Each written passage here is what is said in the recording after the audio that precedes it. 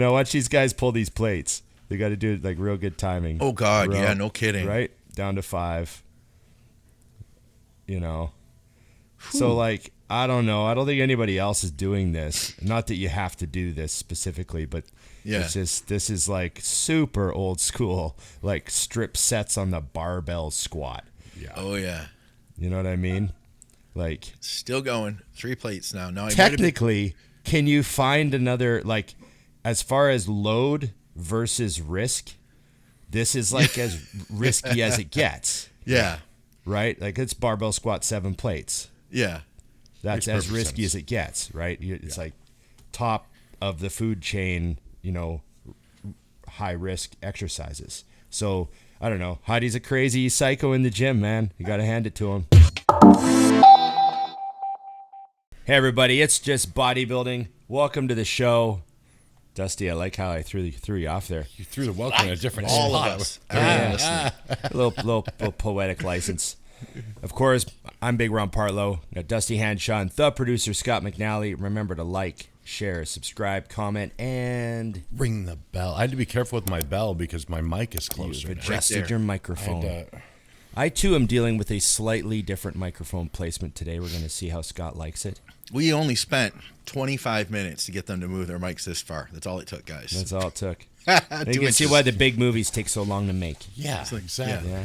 Ron's a little loud, Dusty's a little quiet. Let me use my tech skills and let's do this. Ron, move your mic away mic a little, 1 inch. Yeah. Dusty, move your mic in all these 1 inch. expensive buttons at my fingertips. I'm just going to get them to move their mics. Yeah. Physically move your mic. AI can't replace you with moves like that.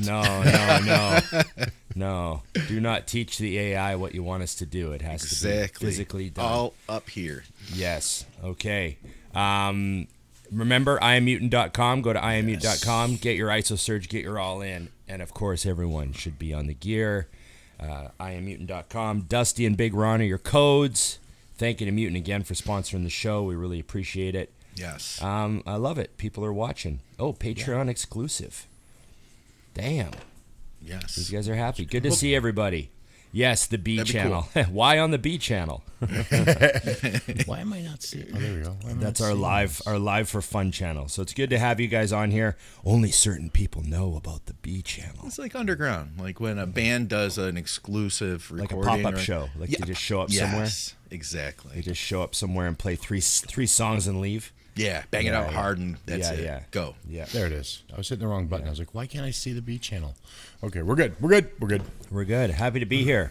Dusty put up a question box. I thought I had a lot of good stuff. Yeah, that was solid. Dusty gets good questions on those boxes. Yes. They work out good for him. And we had an opening topic. Since we're kind of, over halfway to the Olympia, we were going to talk about the Olympias a little bit. Yeah. What are we, 15? 15 weeks out. Weeks out. Damn. 102 days, not that I'm counting. Like, I'm telling you, you know what I'm going to say? Like, in 15 weeks, I'm going to say, I can't believe time went by this fast. I felt like we were just doing our 15-week out predictions. Yeah. I hope that my prediction is as bad as Wayne Gretzky's was on the finals of the NHL playoffs. Did he mess it up? Oh, yeah, because, they all wrote down who they thought would win the finals and in how many games. Yeah. And then after the finals was done that night, they opened their envelopes and said who. Yeah. And Wayne had Edmonton winning in 4 games. Okay. And he's like, I'm embarrassed to read this. So that funny. will be me in 15 weeks. Yes. But I like to go all in. So what can I say? Okay. I got to say, too, everybody at home, I know you guys get really passionate about this stuff, so you tell us who Why do we you suck. think. Well, yeah, tell us why we suck, why we're wrong, but also tell us who your picks are, because I think that that's kind of part of the fun of this is that none of us really can know, and there's so many freaking great bodybuilders this season, so it'll be good to hear what we all have to say, and I want to hear what all you have to say, too. All right, so are we doing like our top 5 in our minds? What are we going with here? That's fellas? tough even. Top 10 is hard. We'll do top 5 and then I'll have 7 or 8. Okay. Like always. So, perfect. So, I'll have accurately rated. Let's start at number 1 Yes. this time. Ron, who's winning the Olympia?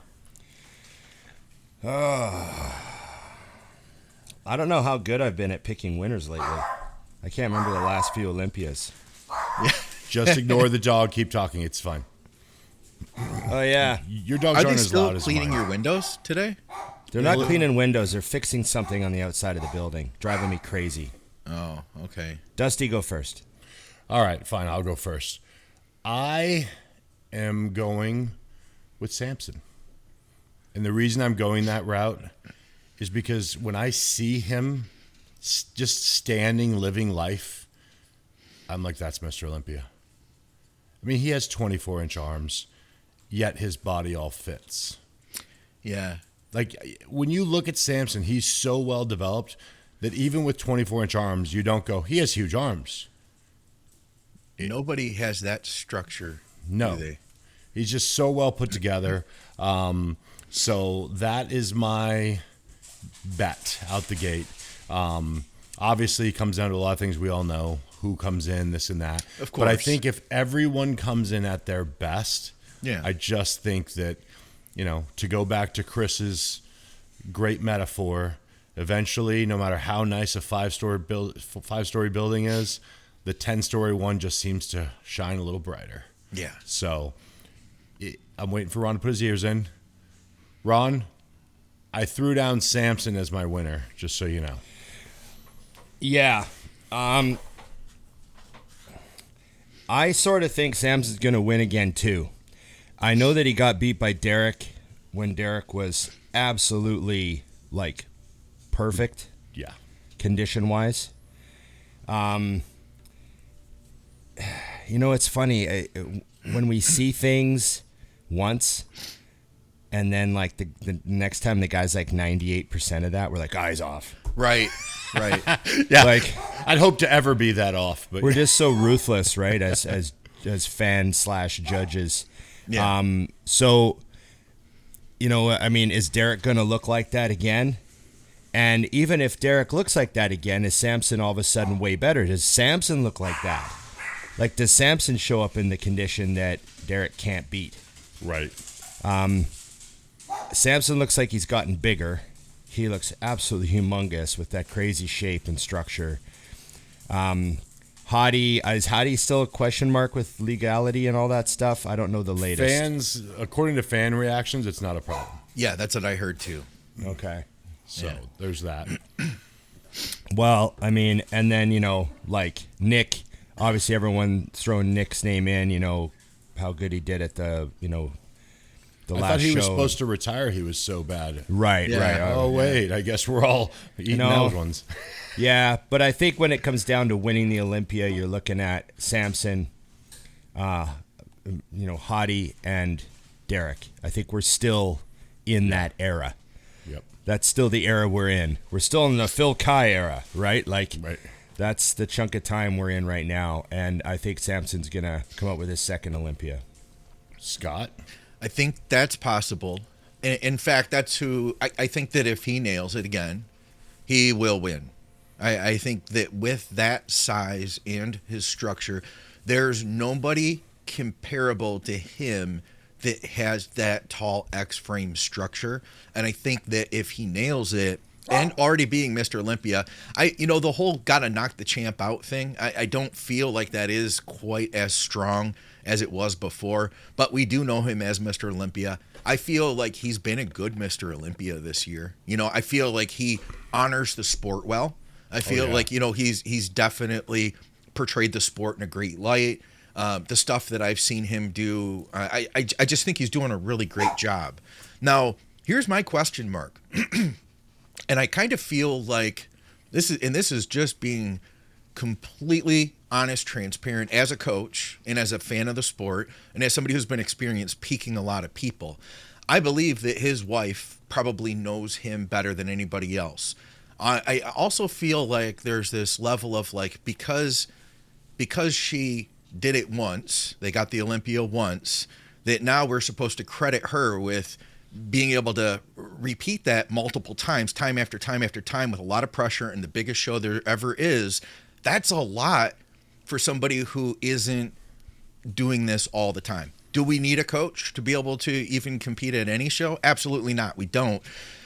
But I will say this. I will say that conditioning wise and nailing it, I would say anybody working with aceto has a better chance statistically of working with somebody who's literally a veteran, that this is what they've done day in, day out, show after show, since the Jay Cutler days and before. I think that I trust him.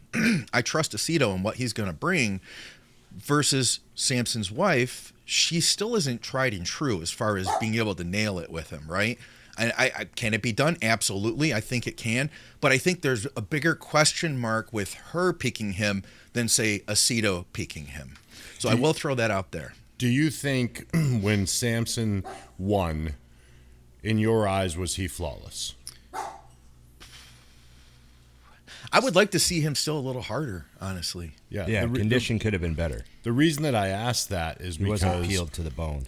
But a lot of our Mr. Olympias haven't been lately, Well, but as a retort to what you said, one thing that I think fans forget is every Mr. Olympia or bodybuilder in general who's ever nailed it chases nailing it for years afterwards. And I think that we forget that. It's like, doesn't matter who your coach is. I mean, Jay worked with aceto for the longest time. And I mean, I remember when he came to my store in 02, 03, we were looking at pictures from the 01 Olympia, and he said, these are the pictures that haunt me. Yeah, dude. Because he couldn't match it. And, talking to him long after he retired, even though everyone loves 09, he still thinks 01 is the best he ever looked. Yeah. Across the board, in his opinion. And that should show guys that how difficult that is. And because Samson has not, in our opinion, 100% nailed it, then it's going to be interesting. Because I would argue that Derek just did at the Arnold. Yeah. Oh God. And I think I've never in my life he's chasing that look now. Yeah, I've never seen that was the best conditioning I've ever seen in my life personally in person, Dusty. Mm-hmm. And I mean, not that I'm anywhere comparable to these guys, right? I'm not trying to compare myself, but I will say this: my second show was my best conditioning ever, and then my third show, I didn't hit that. Fourth show didn't hit that. Fifth show, it took me until 2009 to 2017 to beat that look, the conditioning wise. Yeah, you were bigger, but it wasn't necessarily across the board better. So that's just my big question mark, and that's not adding any disrespect to her, because I feel like the minute that anybody speaks out against her, it's kind of like, well, she won the Olympia, you can't do that. And I'm just being completely honest here, Well, it's not against I'm not her. trying to diss anybody. It's just, I mean, Nikki and I've had this conversation before. Where I explained that I will never be as good of a coach as aceto, and the reason is he has more experience and he hasn't retired. So the only way I could ever catch his experience is if he stopped doing it and I kept going and was working with the high-level athletes for 20 more years. There's just there's certain things that you can't replace with experience that play a role. But yeah, I mean, I don't disagree with you with that at all. It's just one of those things where I think the safe bet for Samson is, like Aceto always says, coming at 95%. Him at 95% should be enough to beat everyone. Yeah. When you shoot for that 100, that's when it becomes 85 and you take third.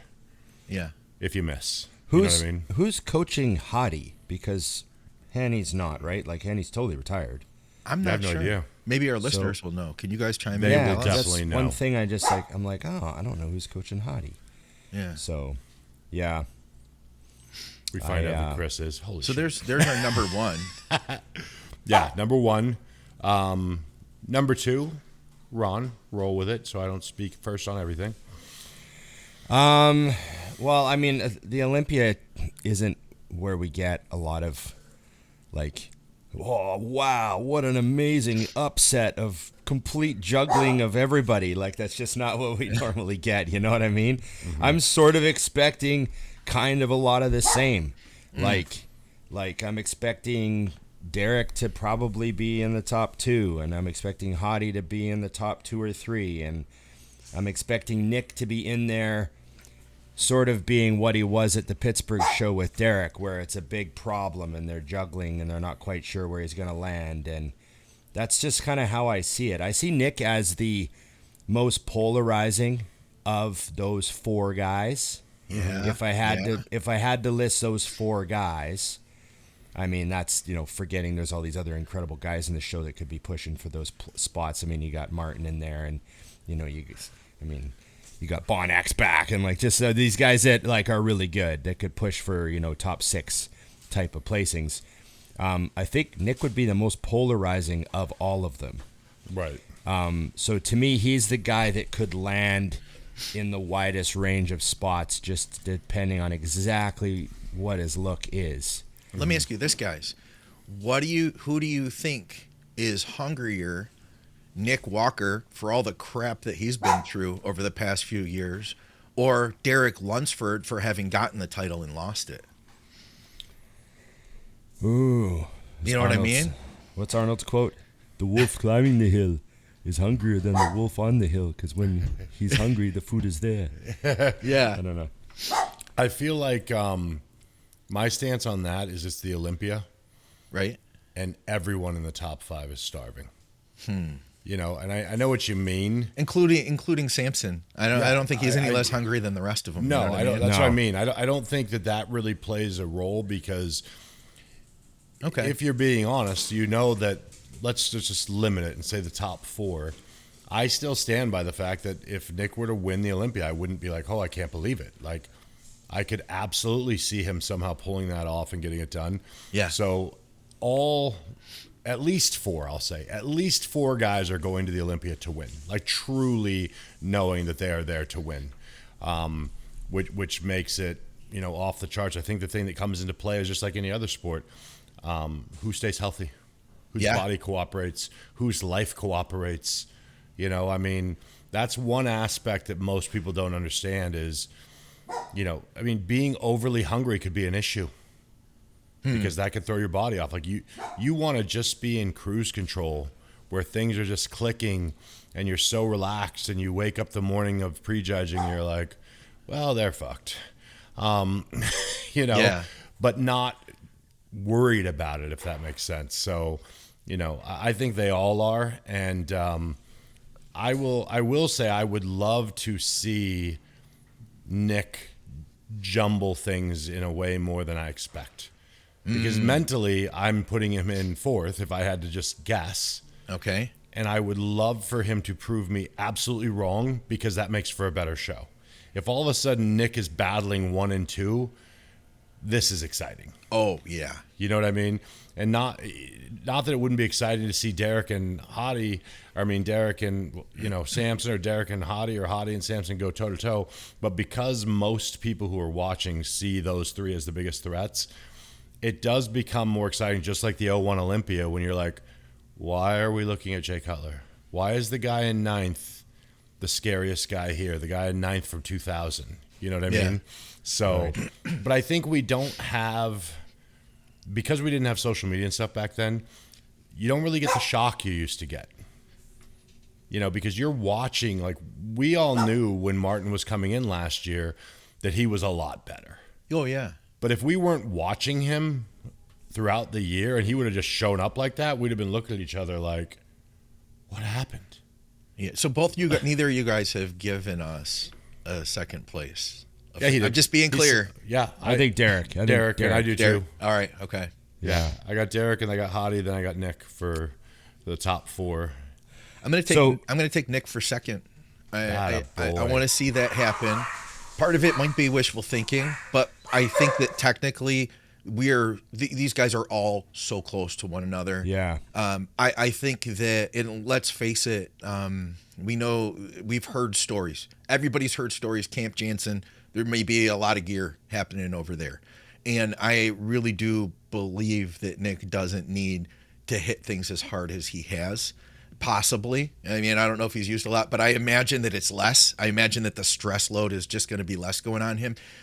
Working with Kyle Wilks is my guess. But then, hey, there's Kyle Wilks. When we talk about top Olympian competitors, then there is literally the question of, well, who is he? I think that from what I hear, he's super passionate about helping Nick. I think that he's really focused on making this work. I believe they did work together before. And from what I've heard, Nick is looking his absolute all-time best right now. So, Yeah. I mean, could it happen? It's a flip of the coin for me. But just to make this fun, I'm going to say Nick Walker for second. Healthier than ever, bigger and better than ever. Yeah, does he have his flaws? Absolutely. We could talk about those all day, but I think he's got a lot of strengths too. That'd be great. When you put him up next to Hadi, when you put him up next to Derek, I think that he is going to be just visibly more impactful overall. Size-wise, conditioning is going to be lights out. That's my guess. You see these training clips? You see these training clips that Hadi's putting up? No. Like, he's doing, like, almost 7-plate barbell squats. You're kidding me. Yeah. Yeah, crazy stuff. And, like, strip setting. So he'll do 3 or 4 reps with 7 plates, and then while he's standing there, guys pull a plate off each side. Let's see. And he does. Oh, Dusty's silent. Dog's got me. I was going to say, I always hated it when guys would do that. I tried to do that, and I'm like, oh, shit. I could tell when one slides off differently than the other one. Yeah. There we go. Yeah, so there's a free bar video as well, but this is Smith. Okay. What's that? Is that 7 plates or 6? 1, 2, it's at least 7. Could be 3, 8. 4, 5, 6. It looks like 7. Yeah. I think, but yeah, could be more. No, he's doing a 7-plate Smith there. He does just less than that on the barbell. If we could argue how easy those reps are, by the way. Oh yeah, that's like me doing a 1.5 plate squat. Yeah. That's what And it then looks they like. they pull 2 at a time. Okay, Now he's down to 5. which is still No. more than most of our listeners squat, including me. That's most of the planet, Scott. Yeah, that's true, isn't it? I'm getting down on myself because I'm not doing 5 plates. Down to 4. I like once he's down to 4, the spotter just leaves. It's like, bye. You know, Yeah. need more help. These guys on the side got you.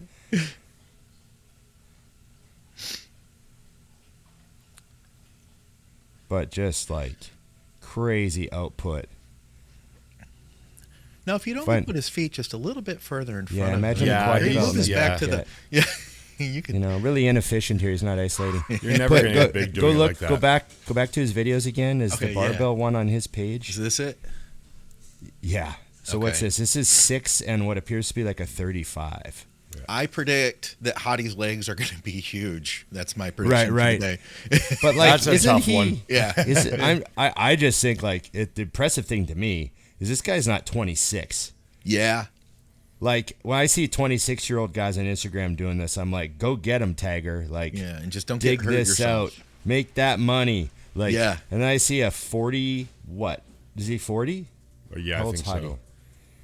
You know, you see, I'm He's like, around there. God damn, like he's, I mean, I know he's got a spotter, but I mean, a lot can go wrong with a 7-plate Yeah, there's- barbell squat. Yeah. No, watch these guys pull these plates. They got to do it like real good timing. Oh God. Real- Yeah. No kidding. Right down to 5. So like, I don't know. I don't think anybody else is doing this. Not that you have to do this specifically, but Yeah. it's just, this is like super old school, like strip sets on the barbell squat. Yeah. Oh yeah. You know what I mean? Like, Still going. 3 plates now. No, technically, can you find another, like, as far as load versus risk, this is like as risky as it gets, Yeah. right? Like, it's barbell squat 7 plates. Yeah. That's Makes as perfect risky sense. as it gets, right? It's like top of the food chain, high risk exercises. So, I don't know. Hadi's a crazy psycho in the gym, man. You got to hand it to him. Let me throw one more question at you guys. How many times, I'm going to talk statistics here. How many times has somebody won the Olympia, lost the Olympia, and reclaimed it? And what does that say for both Hadi and Derek? It's just one, right? As far as I Yeah, know. that Jay's the only guy that reclaimed it. Oh, well, Arnold, but he never lost it. Yeah, you're right. Yeah, Jay's the only guy to lose it and win it back. He's also the only one that lost it and legitimately won it back. No offense, 1980, Arnold. Yeah, That's one we can all agree with. Right, that was a weird one. So just throwing that out there stats wise, I mean, and we're talking about first place. Anybody, any of these guys, these 3 guys, I think could easily take second. on a given day. But, as far as actually winning goes, I feel like the odds are, stacked against them.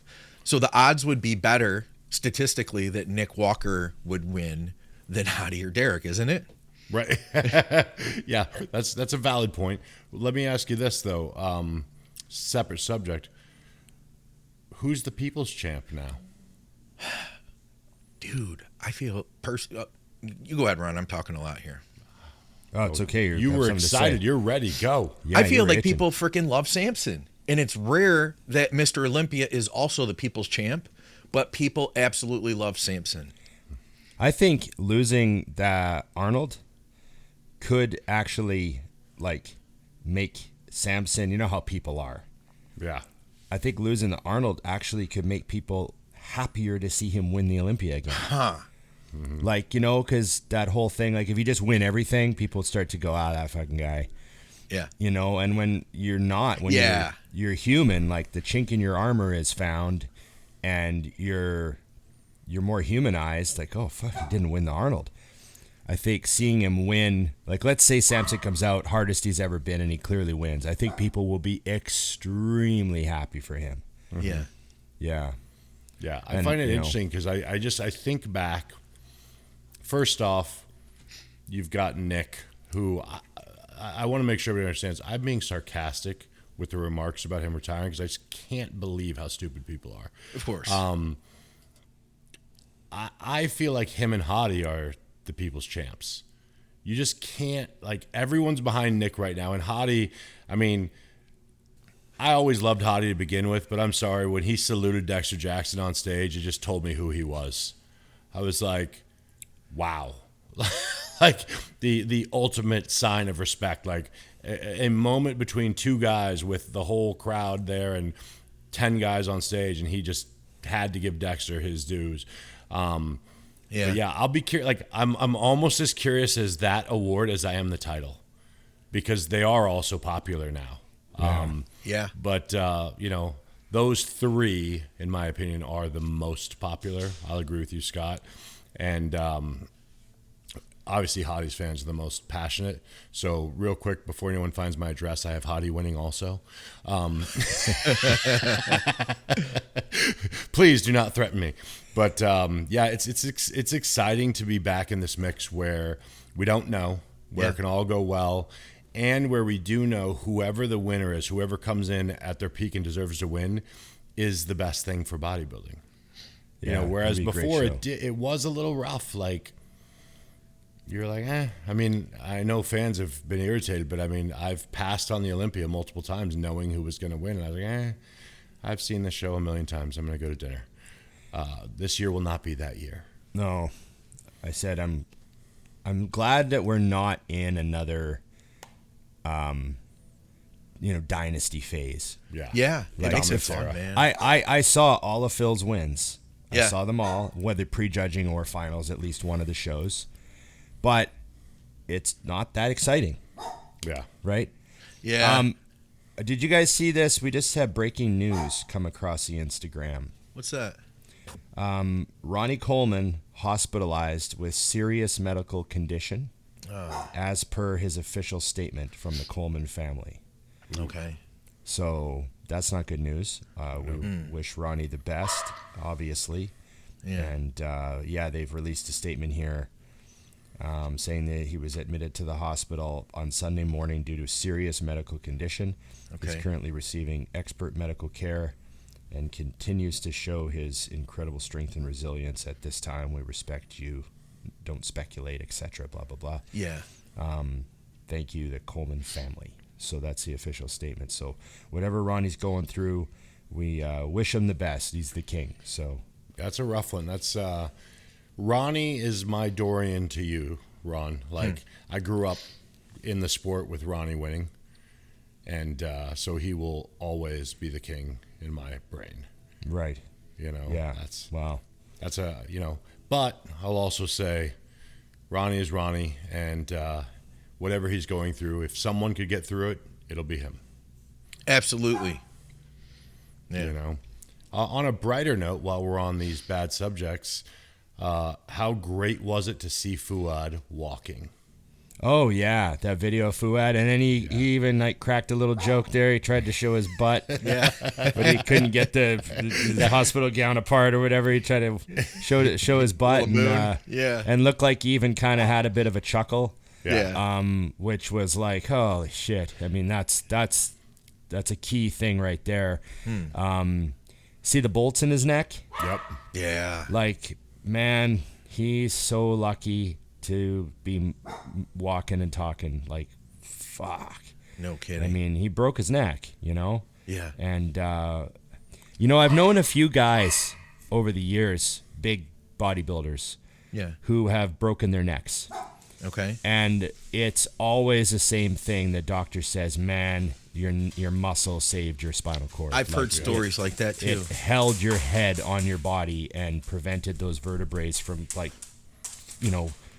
going crazy and ripping everything apart in there. Yeah. And you look at a guy like Fouad with the neck he's got, even I mean, he's still 240 pounds or something, isn't he? So yeah, Fouad's not small. No, he's still squatting 4 plates for reps, and he's still strong as shit. And I mean, his head is on his body still for a reason, and so I mean that muscle, man, come in handy. I had another acquaintance, guy I competed with. He was ejected from his pickup truck on the highway. And he went through a road sign, like those big road signs that say like this many miles and this many miles, the big green ones. Yeah. He was ejected from his truck on the highway and went through one of those signs. Wow. He was 300 plus pounds when he got ejected, and broke his neck, broke a bunch of vertebrae in his neck, and didn't damage his spinal column or his spinal cord. Put his neck back together, and he got back in the gym, and crazy. So Fouad's very lucky, and we're very happy for him.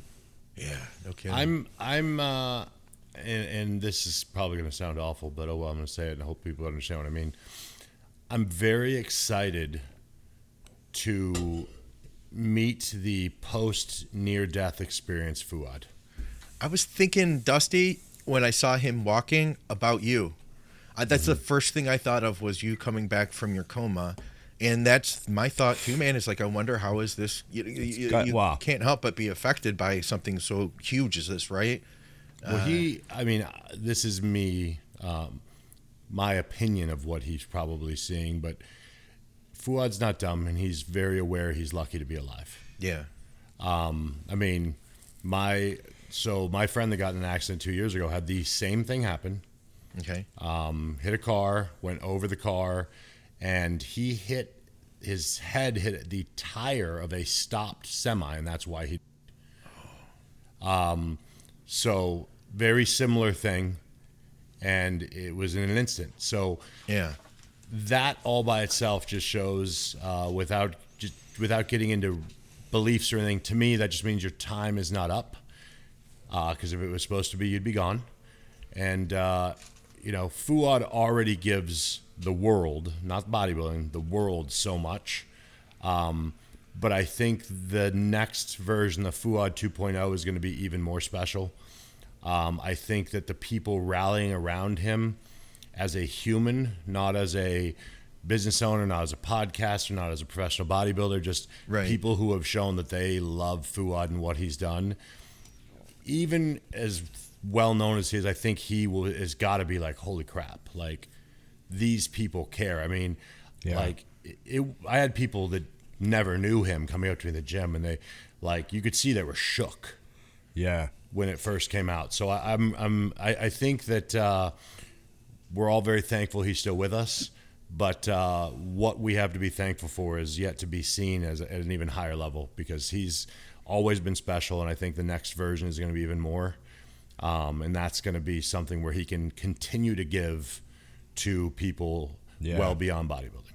Yeah, it's gonna be cool. There's I imagine, Dusty, there's a unique experience of kind of being dead, or comaed, or should have been, or should have been dead, or looking at an X-ray going, oh my God, I shattered my neck and I'm still moving my feet, that crazy life experience. I've never been that close to the pearly gates. But I imagine you guys might have something to talk about next time you see him. Right? Yeah, it's funny, but I had another guy, and I'll drop his name because but Damien that owns AZ Pros, the guy who trains Drea. Oh yeah. Oh yeah. He came up to me at the Phoenix, one of the shows I go to there. I don't know what the hell it's called, but and I'd known him for years, and we always like cordial, hey, and keep walking. And he came over and like had a full conversation with me, and I could tell he was different. And I was like, "You good, man? You seem really good." And he explained he had a near thing, changed his whole. Like I could tell talking to him that Right. something was different. He's always been a solid guy and a phenomenal coach. Right. But I mean, I knew before he said, and I was like, "You seem really good." And he told me his situation. And he's like, "The whole world is different now." Right. Yeah. And that's why he goes, "Obviously, I'm telling you because you can relate." So yeah, there is something, and I say that all the time. Like when you have that in your back pocket, you actually feel like you've been giving an unfair advantage to take advantage of life. Right. Because we're all, I mean, even when someone's close to you, it impacts you, but it's not quite the same as, your eyes opening up and realizing, wait, how long have they been closed? Right. A month. You're What like, month is it? oh. So It's not April, It's it's it's going to be really, really cool. So I'm excited, but I think that he's at a level and has a platform where he can be more impactful to other people, and I hope they can see that, because I'll also say that it doesn't always work that way. I've had conversations with people who reach out, similar situation, and they have struggles, which of course there's struggles that take place after something like that. And they're bitter about the struggles instead of thankful about the life. Right. And Right. I didn't know what to say. I was like, I don't know how that could be your take. I don't Well, know how. I know that the recovery. Fouad's going to deal with a lot. I know the recovery is going to be a long, hard road from here, but I imagine he will. He's going to motivate a lot of people with the way he crushes it and handles it and talks about it and deals with it. Because I just remember back to his check-in photos from the locker room that he used to post on. And how many people he motivated through from that era all the way up to now. So, kind of unleashing the next level of Fouad. I used to read his blogs, Ron. Yeah, when I was really young, I used to read his blogs, and it made me realize that the guys at the next level were doing the same thing I was doing, which I thought was wild. Yeah. Just simple always things. been very relatable. And you're like, okay, and it really did help me. Because I had somebody to look at going, okay. And he was also very relatable in the struggles of it. Yeah. Just because doing you the talk to cardio and the bullshit. You talk to Jay and they're, hats off to him, but it's hard for most people to relate because Jay just executes. There's no thinking. It's not exhausting. Right. As far as he never doesn't want to do it. Like it's just a machine. And Fouad's like, I do not want to do this. Right. This cardio sucks, but I'm doing it. But here I am, so Yeah. no, it's going to be great. So I just wanted to switch that tone a little bit and just, send our thanks for Fouad for what he's already done and what he's already doing. Most people, the last thing you're thinking about in where he's at is putting it out there and already using your platform to help other people. And I know he's updating us, but I don't know that people realize how great it is for them to see and be like, if he can bounce back from this, and he will, there's nothing in your life you can't bounce back from. Also, one last thing is when you were in a coma, Fouad reached out to me and he was like, hey man, if you need, I understand that you want to keep the show going, in Dusty's absence, just to keep everyone going. You know what I mean? And so if you want me to come on, just let me know. That was really cool. So he That was awesome. one of the guys that came on the show, and I did an episode with me while you were gone. And that's before Scott was even on the show. So it was just us, right? Right. So that was nice of him. But yeah, he said I'd want to keep the show going and, just keep it rolling, right? Yeah. And you can talk about how Dusty's not there, like, you know, that, right? So that's what we did. Yeah. Yeah. Really glad he's busy with other shows, right? I came back to no job. Right. I just folded the whole thing. So you had a bunch of great questions on that box you posted. Yeah, so I did. We should I hit had a some of bunch. those. Yeah, these were solid. I love when you throw them up because you don't, I mean, we just say let anything go. But some people gave some fun stuff here. So let me just find one, and then I'm going to look through more once it's done too, just to get the next one. But We've got a few too from YouTube as well that we can get to today. okay, here we go. This is a simple one, and I can use it to go to some other ones. What's the longest you would go in between shows? Do you think there's a point where even with reasonable health and not being too fat, that you reach the point of diminishing returns on an off season? Well, I mean, I don't think there's any. I don't think so. I don't think that a long off season actually becomes unproductive. I think what happens is people who say that, they lose motivation and they lose focus and they lose structure in their off seasons. So that's why they say, like, oh, you know, I think there's those people that only have the right mentality when there's a show to get ready for. And I think that that's a negative and not a positive trait in a bodybuilder. It doesn't mean you can't do extremely well. If you pair that with great genetics and work ethic, you can win show after show after show and go pro quickly. We've seen that. But I think that being able to just not compete and just enjoy being a bodybuilder for a couple of years while you finish school or work on I'm getting my plumbing 4th year ticket so I can make 180 grand a year, and then I'm going to compete again like in 2027. I mean, hey, those guys are smart, man. That's sometimes a smart call. I can't say that's not a bad idea. Do you know what I mean? Mm-hmm. Oh yeah. And I think it's a positive trait if you can stay focused and stay progressive and work that logbook or whatever your system is and just make progress. I don't think that it's a great thing to always have a show to do. Does that answer the question? Yeah. I think so. Yeah. What's your take, Scott? I got one, but I want to hear yours.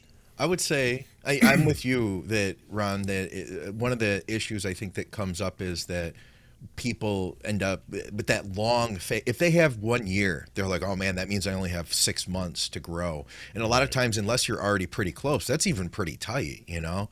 I think 18 months is a good amount of time to be able to show a decent amount of progress for an average person. You know, maybe if you're Dusty or Ron, you can make bigger progress in a shorter period of time with the right focus and food and training and everything else. But I would say 18 months is a good minimum time.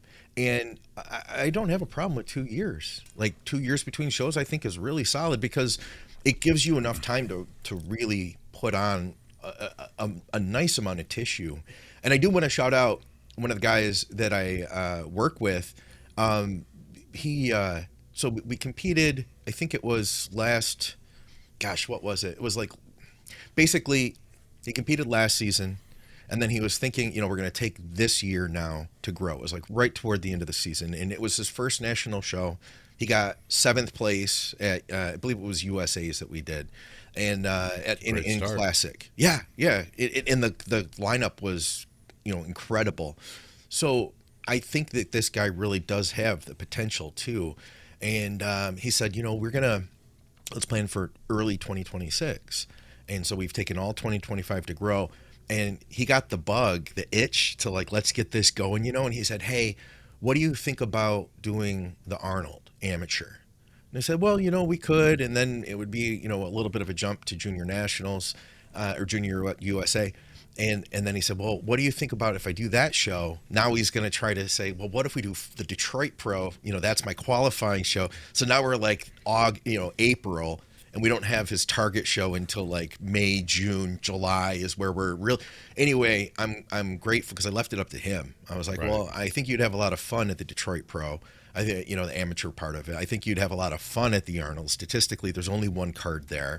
You're not going to get the best competitors that show up at, like, you know, USA's, North Americans and nationals, but you know, if that's what you want to do. So anyway, though, he made the decision to put it off. He's putting in 2 solid years, And I mean, he's made some like incredible progress. Like he's able to sit at like 265, having been 200 previously. So I think that this is going to be like absolutely lights out for him. So I don't know. Delay the gratification, I think, is the big one. But that's not to say that, man, if you're doing a lot of really great stuff and you're close, let me leave with that one last thing. Where are you? You know, if you just say missed your pro card by one place 2 times, then you know, why don't you just get ready to compete the next season, because you just about have it, you know. But if you're 7th place, let's take 2 years. Yeah, I think my 2 cents on this is simple. First off, I did it just that. I won my first overall in 08. That was in October. Nationals was 1 month later in November. And I was like, I'm not ready.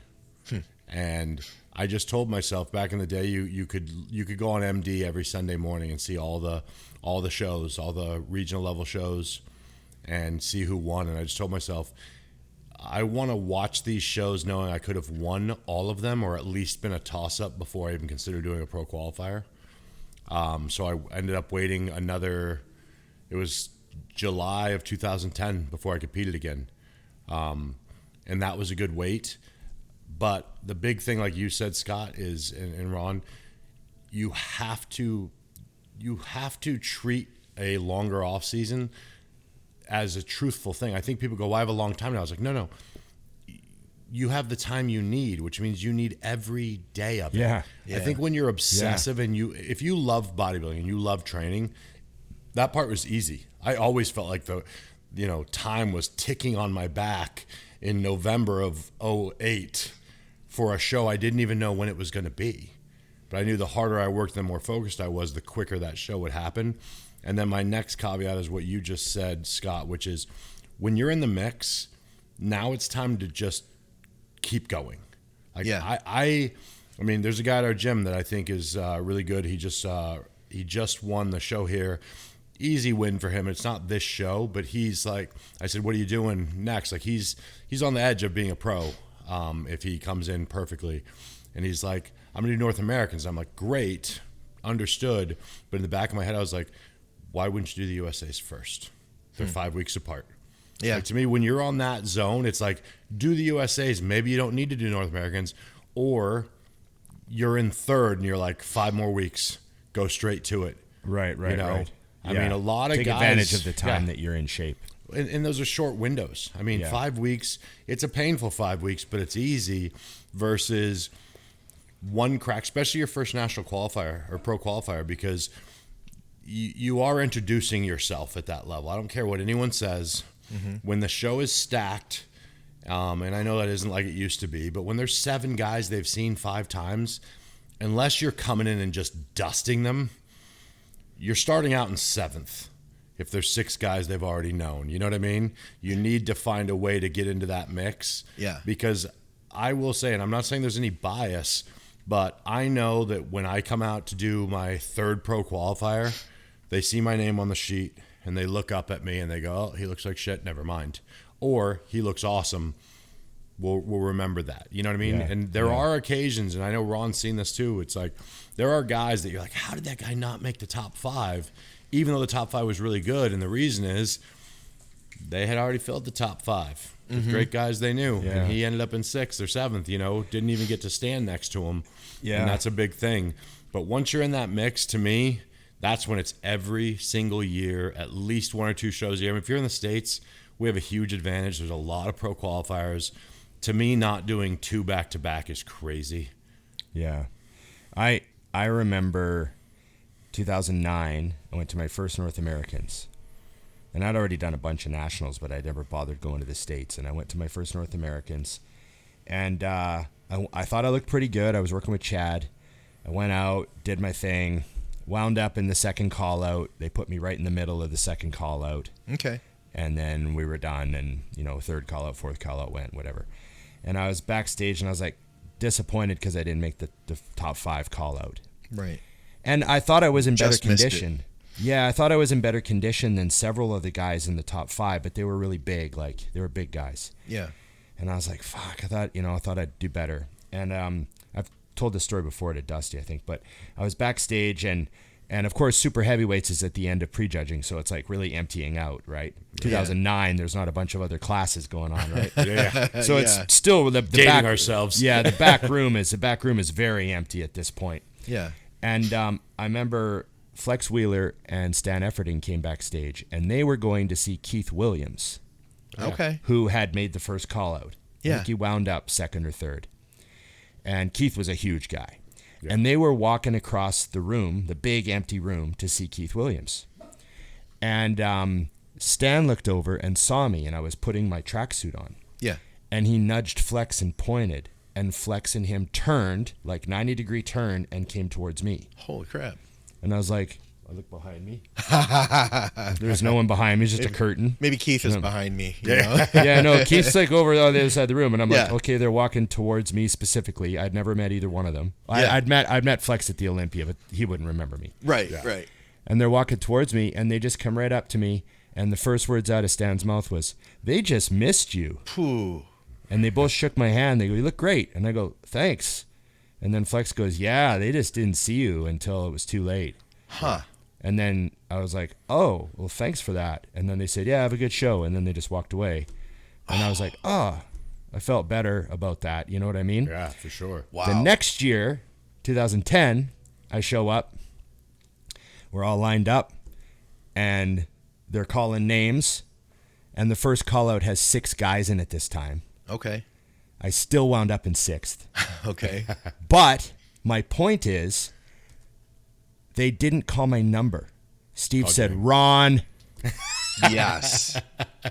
Yep. So he's like calling names like Keith, you know, Yep. And Dave, 246. 247, Yep. Ron. Yeah.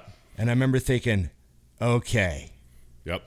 he knows my name now. That's part of the game. Yeah. That's, Ron, You know? I don't know if I said this on the show before, but that's what happened to me in 14.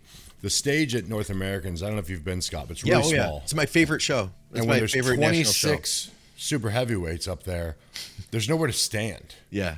So we all fan out for the call outs, and they call out the top 4 guys by number. And I literally hear Steve whisper over somebody, "Where's Dusty?" And then he goes, "Dusty." That was it. So I start to walk to the side because you walk out you based just on your add order. yourself. Yeah. So as I walked over, he goes, "To the middle." And I was like, Yes. got it. But Nice. because of the numbers, they were looking, and he was trying to find my number. And he's like, screw it. Just said my name. Yeah. Yeah. He's like, "I know who I'm looking for. It doesn't matter. There's 26 of them." So it Yeah. does matter for you guys that are coming up. So definitely introduce yourself at that level. It's game changing. Also, on that introduction thing, separate topic, do yourself a favor and look like you want to be there when you walk on stage. I'm shocked at how many guys like mosey out to the middle for their individual. Yeah. I'm like, dude, I'm bored watching you. Yeah. Yeah. Walk out there, be like, "I'm the guy you've been waiting to see." You guys got to remember, if you're a super heavyweight, they've sifted through hundreds of people. Yeah. They're tired. They want to go home. Yeah. And if you look like you want to go home too, that's a problem. They'll send you. Exactly. I had a funny run-in with Gary Udit, the promoter yeah. in North Americans. So at my first North Americans, I entered last minute, right? Because it was a week after Nationals. So I entered last minute. So I didn't have time to mail my fee. Right. Okay. So I emailed someone, and they're like, just pay it to Gary, blah, blah, blah. And they gave me some, it didn't sound very official. And I was like, okay, I'm just going to show up, and hopefully they'll let me compete, right? And I'm worried they might not let me compete, but now I realize they'll take your money. Yeah. Right? Don't worry. So don't worry. So I show up, and they weigh me in and everything, and Gary's not around because I'm doing the late weigh-in on Thursday or whatever night I arrive, Thursday night or whatever. So I'm like, it's a bit of a mess, bit of chaos. They're like, just pay Gary. And I'm like, okay. So I do the show. I don't see Gary. I don't even know who Gary is yet. You still haven't Right. paid him yet. Still haven't paid him yet. Do the whole show. I'm leaving the night show Yeah. with my 6th place, right? I'm leaving the night show, and I see Gary, Steve Weinberg, and the big man, Jim Mannion, Jim. Yeah. Okay. standing together talking. Yeah. And I hear somebody say something, and then I look and I see Gary, and I realize that's Gary. Yeah. I'm like, oh, that's Gary Udit. Yeah. So I take $100 American out of my wallet, Which is $500 now. Go ahead. Right. and I That's just the new walk, price. and I just walk over, and I kind of stand there, and they're all talking, and they all look at me, and none of them know me yet, Right. and they all look at me, and I go, hey guys, sorry to interrupt. I go, Gary, my name's Ron Partlow. I'm from Canada. I was a late entry. I haven't paid you yet. Yeah. And I handed him $100 cash, and he took it, and he looked at Jim and Steve, and he goes, fucking Canadians. He goes, thanks, man. He's still paid. Yeah. He goes, typical Canadian. He goes, thank you. He goes, nobody does this. Wow. And I said, well, I appreciate you having the show and letting us come down and do the show. Yeah. And then Mannion and Steve looked at me, and they're like, okay. Yeah. And I swear to God, that was my first meeting with all of them. And now they all know my name. How's it going? Good. But it's just, don't rip people off. Do a crazy bicep trick while you're curling on Instagram in order to get their attention. You know what I mean? That was classic. Just pay them your money and they'll know your name. Yeah. Oh, that's great, man. I love all these stories, by the way, guys, about the old school national shows. It's kind of like it's taking me back to I did. That was before Apple Pay level then. I wasn't part of that, but I was. Oh, go ahead. I was just gonna say I was a big fan of that, and I think part of it is like when I started competing, I started watching do you remember Raising the Bar with Dave Pulcinella? Saw them all. Oh yeah. Dude, Yeah. I loved those movies so much, and I like watching that and seeing what North Americans looked like, and I think Raise the Bar 3. No, it wasn't Raise. Yeah, was it Raise the Bar 3? Yeah. Anyway, I'm getting ahead. No, 2. Sorry, I'm getting ahead of myself here. Yeah, 2. So I'll tell you what, when I first went to North Americans, I felt like I was on the set of my favorite movie. That's fun. Right. You know what I mean? My favorite movie was filmed here, and the sequel. Yeah. The whole trilogy. I really was did, filmed man. here. I was like, oh, wow, there's the staircase. And, there's That's the elevator. room where he collapsed with cramps. Right? This is the hallway that the paramedics wheeled him down. Did Dave Pulcinella use this hairdryer when his cramp? Right. Is this the outlet he plugged it into? Yeah. Oh, man. That is such a classic way of seeing it, Scott. Yeah. It's funny. When I went to weigh-ins might have been North America's USA's, whatever it was, and I came in and everyone was talking to me, all the promoters and all the people. And this kid goes, man, it must be nice that everyone knows who you are. I go, it just means I've lost that many times. Yeah. Oh, God. Don't get confused, kid. It's not really that good. All right, so I got a good one for you guys that I like. This was a lengthy one, but I liked it. All right. You get to do a one time a year on your birthday every year. You can choose to travel back to any given day in the past to relive again, or any day in the future to see it. But your choice stays past or present for all remaining birthdays. No 2026 go in the past and 2027 go in the future. Which do you choose? But I can do anything I want on those days. I'm not letting you steal things to make money, though. Okay, go ahead. Yeah. I changed one thing, or we're all going to have the same So answer. I can't go buy Bitcoin in 2012. No. You should be able to. No, but no. Yeah, we're not allowing that because that would just change all of our answers really easily. Yeah. Damn. So part of me wants to go to the past so I could see like legendary events. Mm-hmm. Yeah. Like I go to like a 1970s AC/DC concert, right? But I'm now the type of person that really likes money. About time. So I would travel to the future, maybe 5-10 year increments, and just check out the stock market and the price of everything. And what's a good investment? And just get a little bit of a peek into the future for that sort of stuff, and make sure my health checks out. And oh geez, I missed a tumor. You could change. Yeah. Oh damn, that happened. Okay, I'll quit doing this. That sort of stuff. That's great. I Scott? know that's not very fun, but Yeah, it's I'm like gonna make my it. question, so I get to always go last. It's fun. I'm gonna make it more fun. I'm gonna have like a fun one, and I got to tell you, this is Because kind I'm of no like, fun. That's the lesson. So it was practical. It was practical. Yeah. And I feel like I'd be a little stressed though too, Ron. If like I went forward and I found out stuff that was Like you're dead. unchangeable. Like like when there's gonna be a car accident. But if I don't go and walk in front of that car, then what else is gonna happen? You know? Right. Yeah. Butterfly effect. Yeah. There we go. But here's my thought, and this is maybe I'm telling you guys a little bit too much about myself. I like sci-fi. I'm not gonna lie. I have an idea for a date day time machine, is what I call it. And I would love if we could have a time machine to go. We go back in time together. We pick a time. Oh, Maybe we're that gonna wasn't go, the game, but go ahead. yeah, 1930s, and like we have to, but you have to think about like, well, how would you dress in the 19th? The only thing I would bring with me that's not from that time period would be my staccato, just to make sure we keep us out of trouble. But outside of that, I'd take any time. I'd be so fascinated by it. In fact, I've seen video footage that people had like VHS from 85 inside of a 7-Eleven, and they just filmed for 10, 15 minutes goofing around. And that to me is like a voyage looking at, or the 70s. There's the cameras they have from like the 20s, and they'll be like, this is New York City in 1905. And they just have a camera sitting on the street, and people are walking by it, looking into it, and they keep What on. is that? Yeah, it's just running. I'm like, oh man, I would take anything. I can't even pick. That's how awesome that would be. It would be super fun to go back in time and just try to blend in for a day. Yeah. Because you just think of all the things you'd do that would accidentally get you noticed, like just behaving. You can't even speak. Yeah. Yeah, you gotta be taught. Remember the other day when I said, "Hey, see, how are you can I gonna have another upload beer?" that? See, like, yeah. Upload to where? Dusty's like, "Can I have a bottled water?" Yeah. You're gonna actually pay You are me from for the this? future. Yeah. Yeah. Yeah, no, that's valid. I would definitely go back. But I think what would be fun, for example, is like I would love to go back to some of the old great hockey games. Okay. Because you're the only one in the arena that knows what happens. Would you? But that means you can't bet, right? You're not. No. Yeah, we're keeping it non-financial, just because I definitely experienced it when I took the girls to a couple big concerts. I actually enjoy watching other people like have a good time.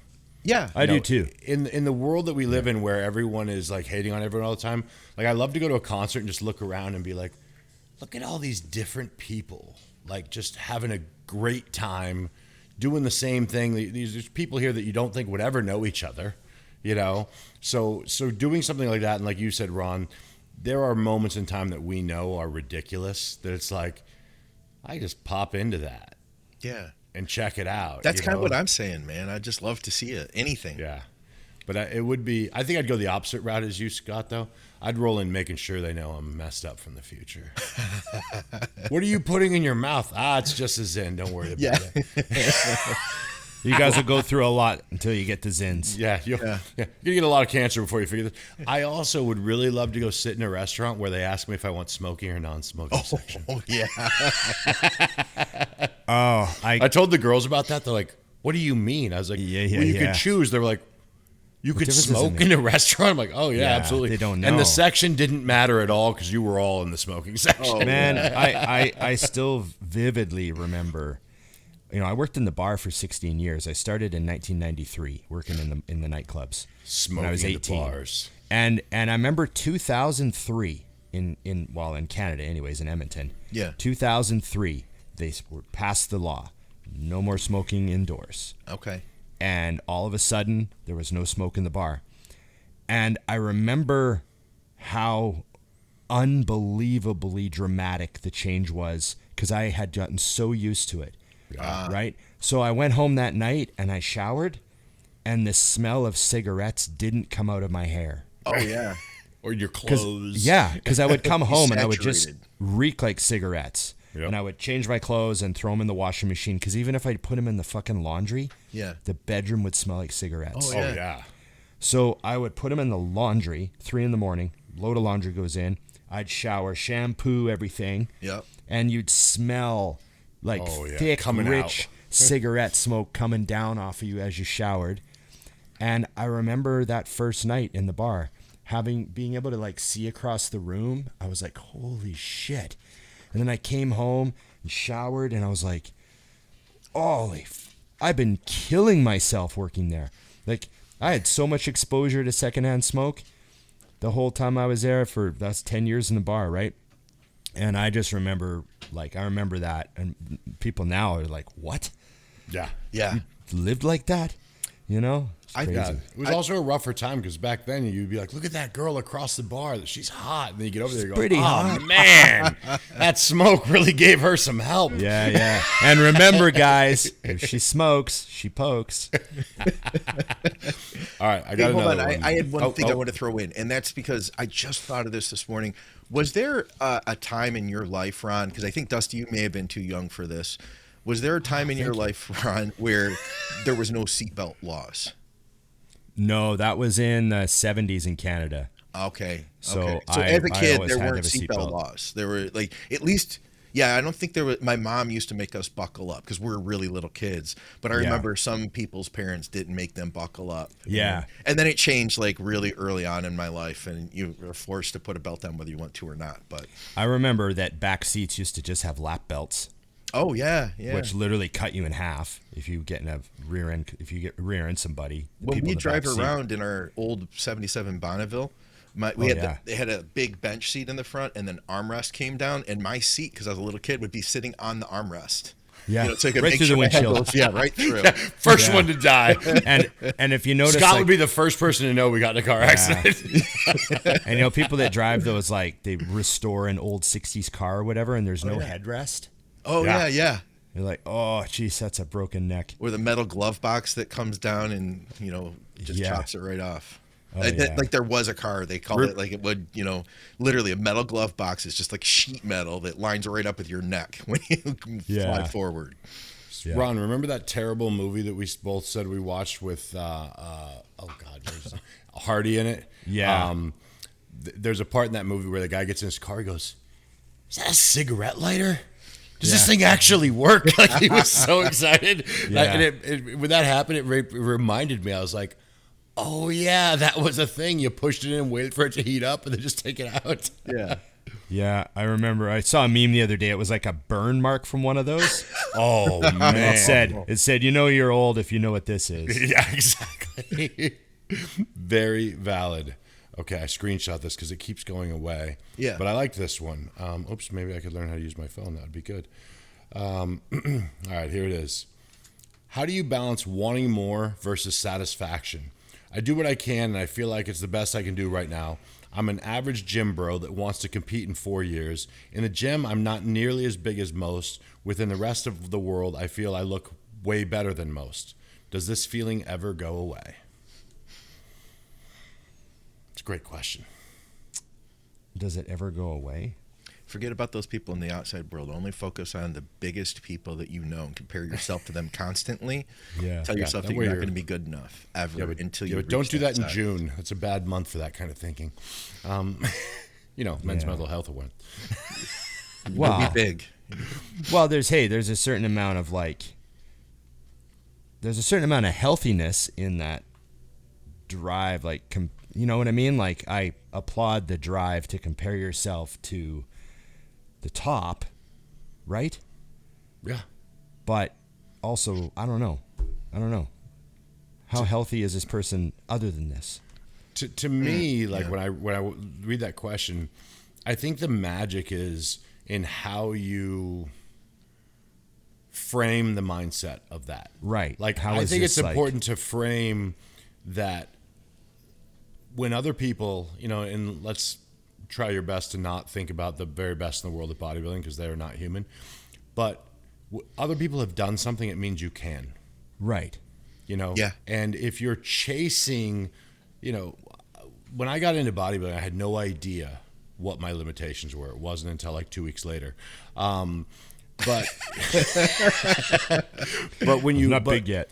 But when you know that someone can do it, as long as you don't shift that into a bad framing, that allows you to be the best you can be. I mean, I tell you right now, Ron and I, in our careers and the time that we came together, were pretty close. And if we could have trained together during that time period, we would have both been better. Yeah. You know what I mean? because you've got someone right there, and we both have a lot of people that are way ahead of us that you're also chasing down. I think where it becomes a negative with a lot of my clients even is that they look at those people and they're not even putting into account things like time, genetics, drugs, all these other factors, and they're thinking, I've been training for like a year now. I don't look anything like that. You're like, yeah, they didn't look anything like that a year into it either. Right. Yeah. You know what I mean? So I think that as long as you're framing it right, it should be a great thing. But at the end of the day, I tell all my clients the same thing, which is you need to be urgent with the day-to-day things that you need to do to be a greater bodybuilder, and you need to be patient with everything else. There's also, I think, something that I say to myself, hey, I don't know if this is good or not, but you know how they say, like, the end goal is not the point, like the work is the point. Yeah. Like, that's how you get there. You don't just get there by thinking about the end goal. You get there by doing the work repeatedly over and over and over. I when I have goals that I'm trying to accomplish, I also try to remind myself, like, you're doing a great job at doing the thing. Yep. You know what I mean? I don't necessarily think of the trick I can't do yet. I think about how I'm doing a great job at putting in the work to eventually do that thing. So then I believe it will happen. It's a matter of time. Or I'm doing a great job at, you know, doing this with my diet repeatedly day after day. So I know the goal will be achieved because I'm doing a great job at doing the thing. Yep. And then focus on the process and that sort of stuff, I think, is important, instead of always just looking at pictures of, you know, Ronnie's arms and going, oh, my arms suck. It's like, that's not going to help you. I never thought about the end goal because it was so simple in my brain. I was like, I want to be disgusting. That was my literal word. I was like, I just want to be that person that people think is gross. Right. And I just did bodybuilding every day. And I've told the story a million times. I remember the day and where I was sitting when I looked in the mirror and went, oh, I'm disgusting. Right. And what's funny about that is I looked that way in the morning when I got dressed in front of a mirror. But it just because I wasn't focused on it, I didn't even notice. And then I just happened to look up at the right time with a pump and went, oh, that's weird. Okay, we're there, you know? So I think that that's where a lot of people are missing, is they're hunting that. And that was literally years into bodybuilding, Scott. Yeah. And I was like, oh, because my issue was, and I think this is most people, especially if you played sports, people would see me and they could tell I worked out and I was bigger than most, and they'd go, oh, do you play football? Or, oh, do you do this? Yeah. And I was purely a bodybuilder at this point. But I understood where the question came from. Like, I didn't look like a bodybuilder. I just looked like a bigger guy. Yeah. And then eventually you hit that point where no one's asking if you play sports. They're like, oh, you're a bodybuilder. Yeah. We've had the question, how do you tell people, you know, like your family or your girlfriend, that you use gear? And my answer has always been, get big enough so that they don't even wonder. You know what I mean? Yeah, that's pretty simple. It's actually funny. I'll share this story because I was telling my friend Brandon about it the other day. When I got into bodybuilding, Scott, and I like really decided to do it. Yeah. I was poor, and we all were. My mom was like, I told her, I said, yeah, I'm gonna become a professional bodybuilder, and she was like, okay. Yeah. She goes, do you have to take steroids to do that? And I was like, yeah.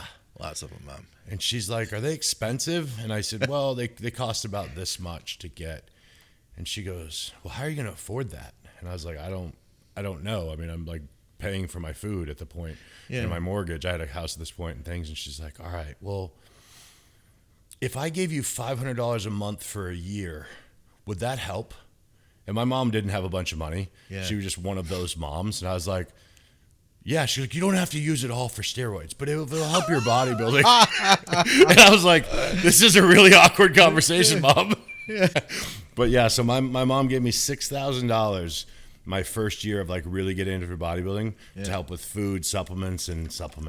She believed in you, you know? That's really what it comes down to. Like, the only thing she asked me, she goes, just make sure you know what you're doing with the steroids. And I was like, okay. Yeah. And then we never talked about it again. And she always knew I was doing them, and apparently knew she was buying them. That's so funny. Mom of the year right there. Yeah, she believed in you. I think it's a really cool story. Yeah, she was like, screw it. I'll just get my kids some drugs.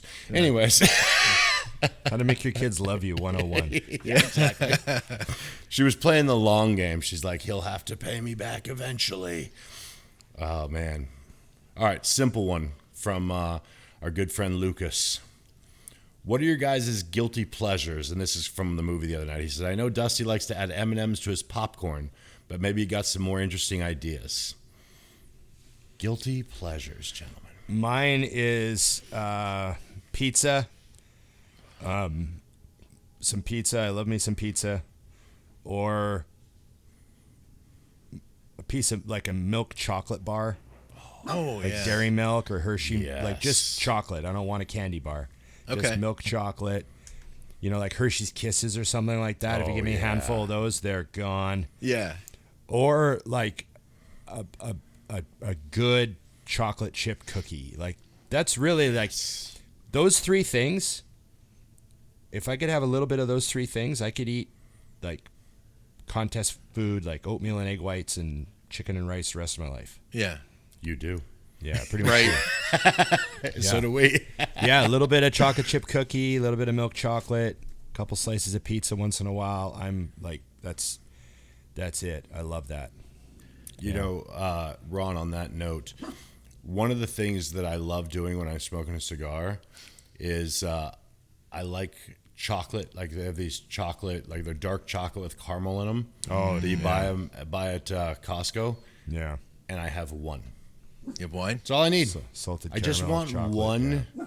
of those, and it's like the greatest thing in the world.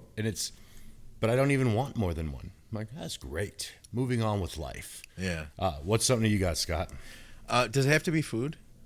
No, it just says guilty pleasures. I would and say keep it clean though. We have children. Yeah, I would say the gun stuff that I've got. Like there's some things that it's funny because Victoria initially I'd like tell her, well, like this will be a really good weapon for home defense, and you know that's the role that it would play. But then she'd be like, well, you really need another one then, and another You one. have and 17 home defense guns. So we're past that point, and it's just fun to me. Like I find like the craftsmanship of and like the history of different guns to be really cool, and it's something I know I definitely don't need, but I appreciate them like I would appreciate art, or the way that somebody would appreciate like the way like a person who drives a nice car appreciates cars. Like I love the mechanics, the machinery of it, how it was designed, and how it like where it came from. I don't even think of it then as the other side of things, but then also too I do enjoy training. So there's kind of a split. There's like kind of guilty pleasure, but then there's also the like learn these skills so that one day I could pass them on to others who may need them to, you know,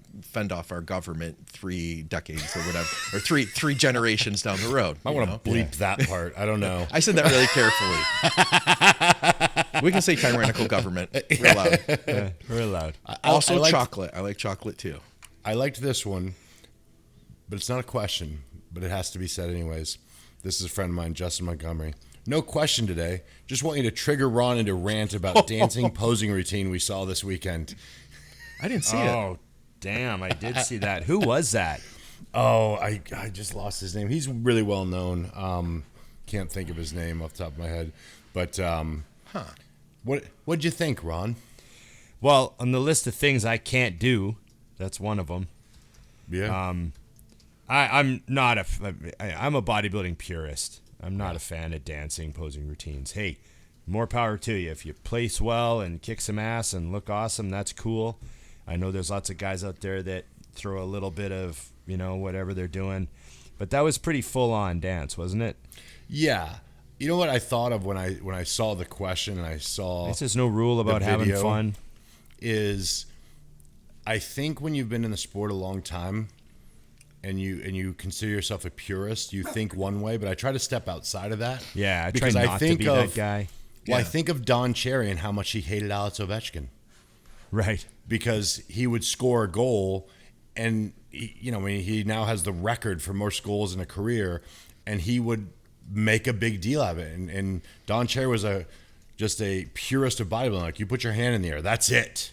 Anything beyond that is ridiculous. And you're making a scene and all this. And I love it because when he was interviewed about it, he goes, "Oh, I'm really worried about what he has." Like, he just mocked him pretty much. He's like, "I don't give a shit." Right. And I assume and hope, and I know because I know of the person, I can't think of his name, but he doesn't give a shit either, and I love that. So to me, here's what I would say. He's all over the internet with a phenomenal physique. Right. And everyone's talking about him. So I'm going to say good for you. And don't worry, everybody. You're never going to see me attempt to do that. I'd break a hip. Yeah. No dancing unless you're King Kamali. That's what Stefan said. Oh, but then you got to go. Then you could go back further in time. Man, when King, his original routines used to blow my mind. Oh, yeah. Here's a good one for you, Ron. We can all vote in, but I always put it to Ron. Cybex hack versus Atlantic pendulum squat. If you had to pick one only, and then it finally says, if you had both, would you program both in one leg day, or split them up? If I could only have one? Yeah, so it's like two questions in one. I'd probably pick the hack squat, to be honest.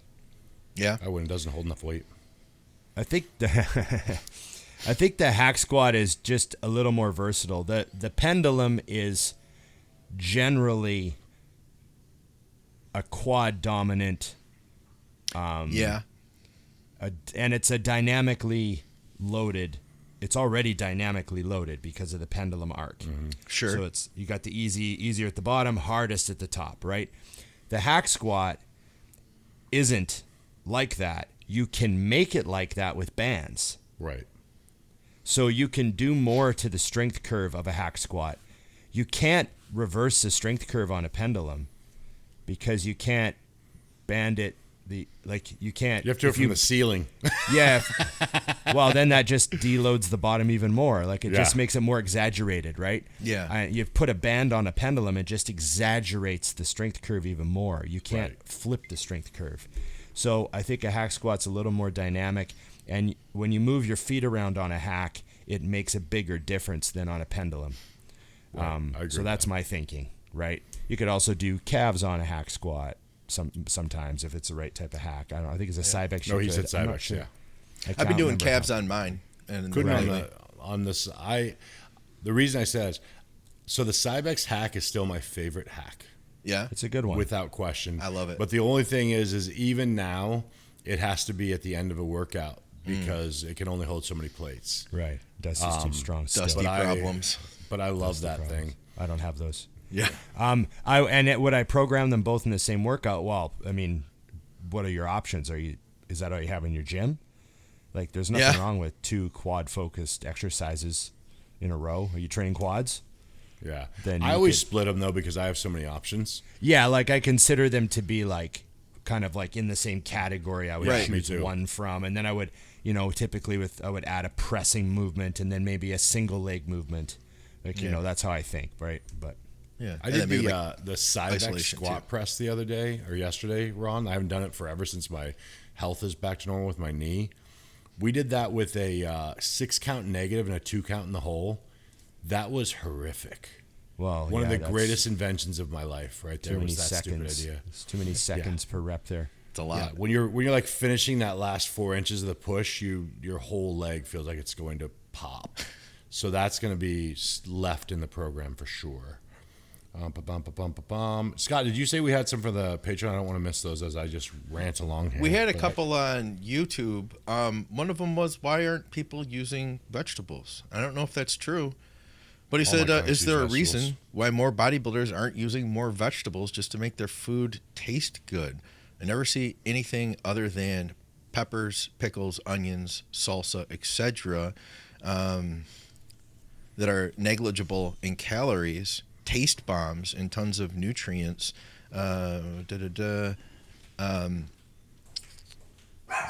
let's see. He doesn't want to make dieting easier, but it's playing mind games with him. That all the top foods literally eat meat and plain rice. Maybe he says at least put garlic powder on it or something and olive oil. I don't think that's true. People are specifying what they put on their food. I'll tell you this. In the off season, I didn't do a lot of greens because I was too freaking full. and I didn't want to eat anymore. So I took my greens before bed in my powder form. Yep. And dealt with them. But in prep, I had greens with every meal. Yeah. And I loved them because for me, feeling full or at least satisfied made me feel like I had more energy than being starving. So I just don't think it gets talked about as much. Like, I mean, I just did a video where I talked about an off-season diet, and I didn't have a single green in it because back then I didn't. I would just do greens before bed. So I don't think it's as uncommon as he thinks. Yeah. What do you think, Ron? A lot of green vegetables and variety? No, I You ate did green do variety. beans. Yeah. Variety, worry about it. I was a green beans guy. It was the only vegetable that I could tolerate easily with a flat stomach and no gas. I found that out like eventually that green beans were just like nothing. I could eat them. My stomach was just completely fine. I don't eat broccoli. Horrible stomach disaster from broccoli. I can't believe I put up with it for as long as I did when I was the bloating. first started my preps. Yeah. I don't even think it's I think that there's like a school of thought that cruciferous vegetables are actually like, we're not supposed to eat them. Like there's some people that say like Really? they're not good for our digestion. Like they have a bunch of vitamins and nutrients in them, but that doesn't mean we're supposed to be eating them. Right. And they cause a lot of gas. Like same with like cabbages and stuff, cause like so much distress with some people. Brussels sprouts, stuff like that. I don't eat any of that. I think that's just waste my time. I would never eat that stuff. Green beans though. I think like I got the rant going, Justin. We're good. Yeah. I think we nailed it. I like asparagus too. My stomach handles asparagus really well. I can eat like quite a large serving of steamed asparagus with like if I was prepping. Yeah. And just flat stomach, no gas. Zucchini's great for me for the same reason. Okay, yeah. I can knock the hell out of zucchini. Yeah. I've got It's just $1 million now. one other thing here. I really need to make sure we got on the show here today. This is Glad you waited from until the end. one of our listeners. If you check this out, this is a portrait of the three of us. Best I've ever looked. I love. Oh my So God. he said he took 2 minutes on each of us, 6 minutes in total. And Mine is the most accurate. actually, well, I asked the audience. I said, "Hey, who do you guys think is most accurate?" And we heard Dusty, but he needs a mutant hat. And then somebody else said that is Dusty. Somebody else said Dusty is pretty good. LOL. And then we had a Ron, we had a Scott, but mostly we had a Dusty. And then also somebody said he watched too many episodes of Beavis and Butthead. So they are kind of like Beavis and Butthead characters. They are a little bit like, oh. Yeah.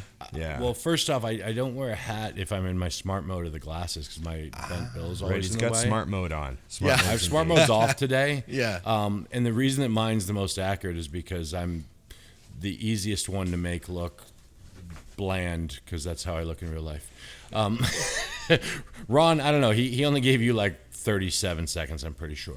Right. Yeah, my beard's very crooked, and one side of my face looks swollen, like I got punched in the jaw.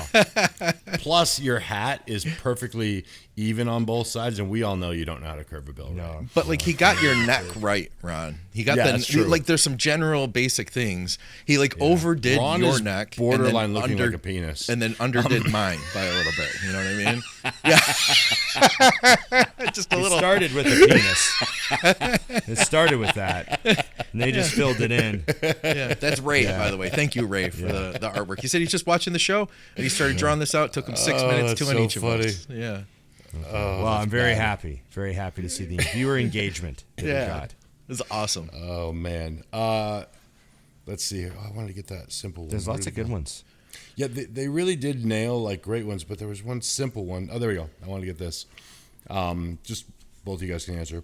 Best ways to build a lower and mid chest in the off season as a beginner. So as a beginner, I don't want you to worry about lower and mid chest. There it is. I want you to just think of your pecs. They all attach. They all come, the same tendon on your humerus, both heads. And then the one head comes across, attaches to your collarbone, and the other head comes across, attaches to your sternum. Yep. They both work together off the same tendon of your humerus. Do a bunch of exercises that draw the arm across the body in various planes of motion because it's a fan-shaped muscle. all of the fibers are firing together at all times. There is no absolute isolation. And work on nice full ranges of motion, and your chest will grow. And as it grows, it will fill in. There is no like inner pec. There is no like total isolation. I remember when I used to believe that. Yeah. I do these for the inner upper pec. I'm like, yeah, I mean, there is like, we got some incline bias and certain angles with certain things and certain fly movements and stuff. But for the most part, if you're a beginner, you just got to grow your chest, get your dumbbell press up, get your incline dumbbell press up, get your machine plate loaded presses up, get strong on all that stuff, standardize your ranges of motion, blah, blah, blah. I think the only thing I would add to that is, as a beginner, something I didn't learn until a couple years into bodybuilding was where my elbows were determined how much I could feel my chest. Right. Okay, yeah. I naturally wanted my elbows to like flare way out to the side, and then I just slowly moved them in and was like, oh. Yeah, Same thing. I used to take a really wide grip on all my barbell pressing. Yeah. And then I started watching big guys, and I was like, oh, they're not doing that other than Marcus Rule. And then I just kind of worked it in. And again, feel. Like, pay attention to what you feel when you make these adjustments, and find the sweet spot for you. Because there's going to be plenty of times in your career, since you're new to this, where someone tells you what you're doing is wrong, but you know that you feel it right. So you just go, oh, thanks for the advice, and you ignore them. Yeah. Yeah. Yeah, that's an important skill, to be able to just ignore people that are giving you good advice. Yeah. I did it all the time. Worked out perfectly. I still think of Branch Warren when I think of that elbows in bench press position, Dusty. Yeah. His elbows were real tight, Yep. I feel like he'd say that too. You gotta have your elbows in real tight. That sounded very good, Yeah. Scott. That was well done. That was a I worked on it. That was a damn near a Ron Aceto right there. Well done. I don't know about that. I'll add one thing too. Is he asking? Because my initial thought was exactly what you said, Ron. But is he asking? Does he have some fat in the lower pec? Is he thinking to himself, I need to reshape this lower pec because I'm starting to get like a boob look, and that would come down to body fat. And Good point. You know what I'm saying? Point. I'd throw that in there as an addition. Yeah. All right. This one was good, but I want to just get your guys' take on it too. He says, Dusty's talked about feeling the devil's breath on the back of his neck during prep. Would love to hear him elaborate on this for the next generation of competitors. You guys understand what I meant with that. What do you feel, and what's something that you thought were good signs of a tough point in prep? Good signs? Yeah, just something that you felt that you would drive towards instead of away from. So I would get to the point where in my forearm and in my quads and in my calves and my triceps, I could feel at some point I would get lean enough where I felt like I could feel muscles sliding against each other. Yeah. Mm-hmm. It was like a weird sensation that I wouldn't have normally. Like I'd flex my forearm extender, and the muscles in the back felt like they're sliding like somehow on each other. It's a weird feeling. And then in my quad, I would like flex my quad and move my quad around. It felt like the muscles were kind of sliding against each other. It was a weird sensation. Same thing in my calf. If I really flexed my calf, I could feel it like moving. Yeah. And my tricep. I don't know exactly how to describe it, but it only happened when I got really lean and I started like, seeing striations everywhere and stuff. I could feel things moving. That was a different sensation. And whenever that happened, I'd be like, oh, here we go. We're going to be hard as nails. Like, that feel like just like knowing I'm like, okay, I know that I've done a lot of like getting lean. Yeah. Where are you, Scott? I did a lot of my later cardio, especially outside, walking my dog. And while I'm walking along, I just kind of always just put my hands kind of on my hips. And as I was doing that, I'd feel my lower back, Mm-hmm. And I kind of just feel how much density is left there. And at a certain point, you realize, like, there's just absolutely nothing left to hold on to. Yeah. And that was always a good feeling to me. That and, you sit down on a chair and your butt just hurts because there's no cushioning left. Oh, yeah. There's your no feet cushioning go numb, on your taking feet. a dump. Yeah. Been there. My feet would hurt because there was just not as much cushioning on them either. And to me, that was always like those little things that were like, this is exactly what I want. Give me more of this. I think there's two things that came to mind immediately when I want to be paralyzed on the toilet. More of that, please. Was I remember the first time I got really peeled, and I went to step up a step, and I could feel which muscles were responsible for that part of the step. Yeah. I was like, oh, that's what the hamstring does before the quad does this, But as far as the question goes, I think the big thing that I would suggest to competitors is that point, and if you're in shape, we've all been there, where you're smoked. You're just exhausted. You're in the gym. Your workouts, maybe just starting, maybe halfway through, and like you're out of gas. I used to like to remind myself that is the point where I could separate myself from everyone else. Yeah. Because I was like, okay, I'm tired now, and I'm just pushing with everything I have, and there's not much here. And I would just say, okay, this is your chance. This is the time where the other guy maybe leaves a rep on the table, maybe gets off the cardio 1 minute early. And those little mind games really helped me a ton to just stay locked in. And I think they're also the reason why there was never a show I did where the result affected how I felt about the prep. Because I always knew I did everything I could, and then whatever happened, happened. So I never in my career, including when I won, was the success of the prep connected to the placing. Because it was just like, well, if you can beat this, then good for you. Because there's nothing else I could have done, And I think that's the thing I'd like to send down to the next level of the next group of competitors, because that's the part I see people really disappointed with placings and even maybe saying the prep was a waste after their placing. And I'm like, Thursday night you were happy. Saturday evening you're not. I don't understand. The prep was over Thursday night. Yeah. Right. Like nothing changed other than you got your trophy of placing or no trophy at all. Like, who gives a shit? Yeah. So that's my 2 cents on that one. Do we want another one or two, or are we good? No, let's do another one. I got something to throw in really quick, too. Do yours. Go ahead. It's not a question, just a comment. Guys, thank you to everybody who's been following the channel, supporting us, commenting, all that stuff, Patreon and everything. I was looking at the statistics in the last 90 days. The channel as a whole has gotten 807.3 thousand views. Wow. We're working toward a lot of views. I think that's incredible. 807.3 thousand. That's 180.2 thousand watch hours. 180.2 thousand hours the shows have been watched in the last 90 days. Just think of the cities they could have created. Hey, maybe they're creating cities on their headphones, listening to us. Civilizations they could have driving them towards their I always city been building. really productive with my podcast and learning stuff. Having company from Ron, talking to Matt Meinrod while I'm doing my job. You can still get a lot done. Good times. No, very, very amazing. It's cool. We're doing some cool stuff. Those numbers, This is a fun one. With the exception of Ronnie and Phil, what bodybuilder do you think would have a high level of success amongst all the different decades of bodybuilding?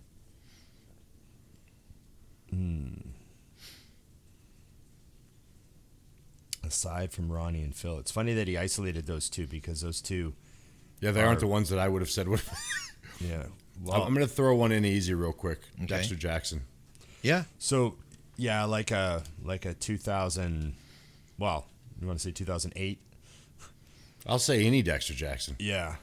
Dexter, when he was in 9th at the Olympia, would have been a menace in all levels. The 2015 Dexter, or whatever year he won the Arnold there, and there's been some. Yeah, he would still do, and it's against all decades, right? So what would happen if you put Ronnie in the 70s? Would they mark him down? They wouldn't know what to do with that. They would say, "You're from the future." That's just to. He has What do Zins. they even do? And a staccato. You know what? Did they start revolting? Oh, we have to change the criteria. We have to make it so that you can't be like that. You Dude, know, like, I don't know. They couldn't. There were people that couldn't handle Dorian when Dorian came out. They said that that's when bodybuilding ended. So imagine Right. Ronnie if they couldn't handle Dorian. You know, and that's Yeah. early Dorian. That's not like People Dorian. in like, yeah. You know, that 93 Dorian that won the Olympia without doing any call-outs, really, that was a unique physique that would probably, I don't know, man. I'm just wondering what they do with them in the 70s. Yeah. It's like they'd have like a panic attack, and I have so Put him many. in These are last just place. lining up in my head. This is fun. What would happen Do you to know what I bodybuilding after they've seen that? yeah. Most people quit. Just got folds. Just weird. I don't know. That's a What's good another question. one? It's interesting. It's just interesting to think. Like It is. Dexter, you know, maybe, I don't know. Do you think like pick a good Kevin Levrone, pick Victor, 07 Victor? How about we I take don't a know.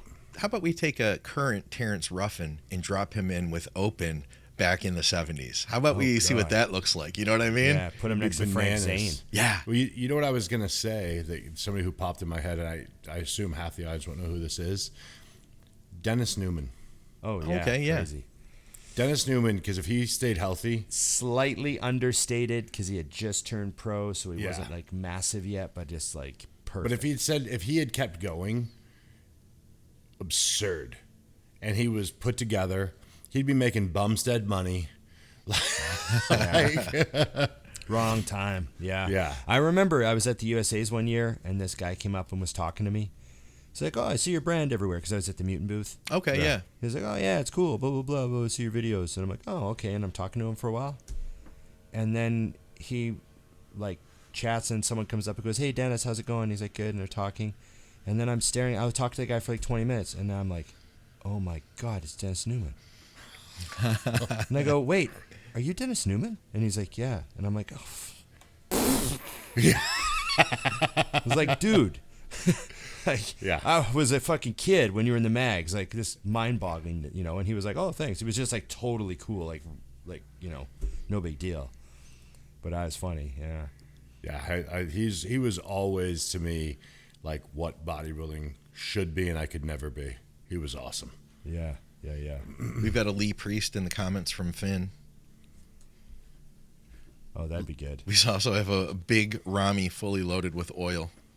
I don't know that people who weren't watching, and I'm not saying that guy didn't, but people who weren't watching, I don't think most people realize that Lee Priest is one of the biggest freaks of all time. Oh, yeah. Yeah. Like, I just don't know if you weren't in it to see him in front of you, if you could understand just how cartoonish he was. Yeah, one Like, of the most obscene. cartoon animated looking physiques of all time, and there's hardly anything that really does him justice. But when you see him in person, in his posing trunks, pumped up, Yeah. ready to go on stage, you're just like, what a... It's like you let some kid draw a superhero.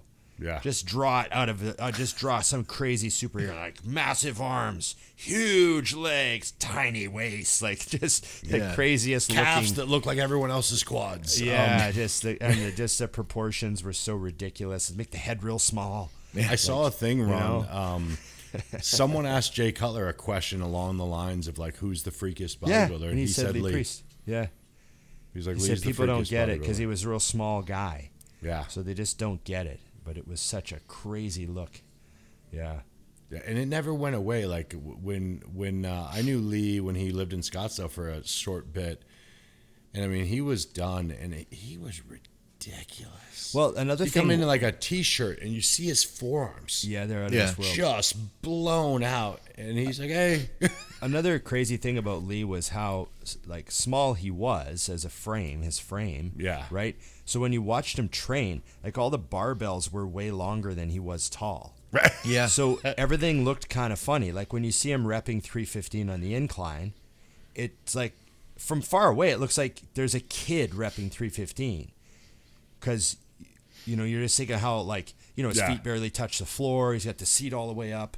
Like, you know what I mean? And you see him squatting. Like, there was a famous picture of him on the wall of Archer's gym in Australia where I used to train.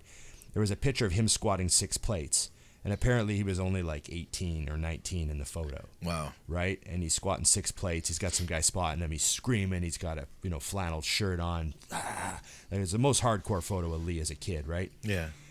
And the bar is way longer than he is tall. So it's like a funny photo. It's just... I always loved watching him train because it was flawless execution and every single rep was identical. Yeah. I mean, just perfect, So, bump. I just want to see if we had anything to close out with. Here's a quick one, just because I like the question. Overrated, underrated, dips, either assisted or not. I think they're underrated. I think dips are a great exercise.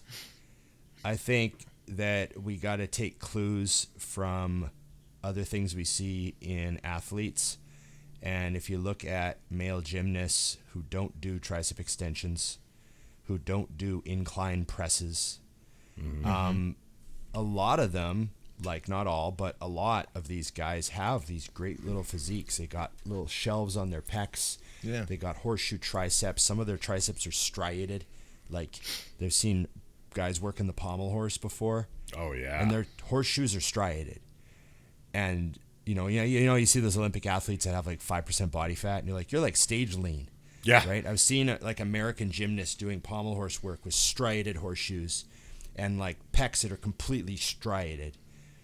And also there's something about the dip.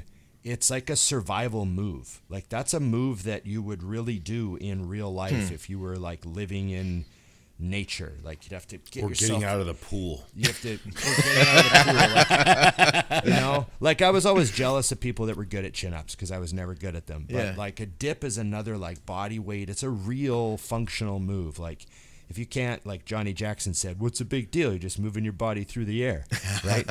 So like I remember when I used to do dips with 2 plates chained around my waist and I weighed 320. That's a lot of weight. Yeah.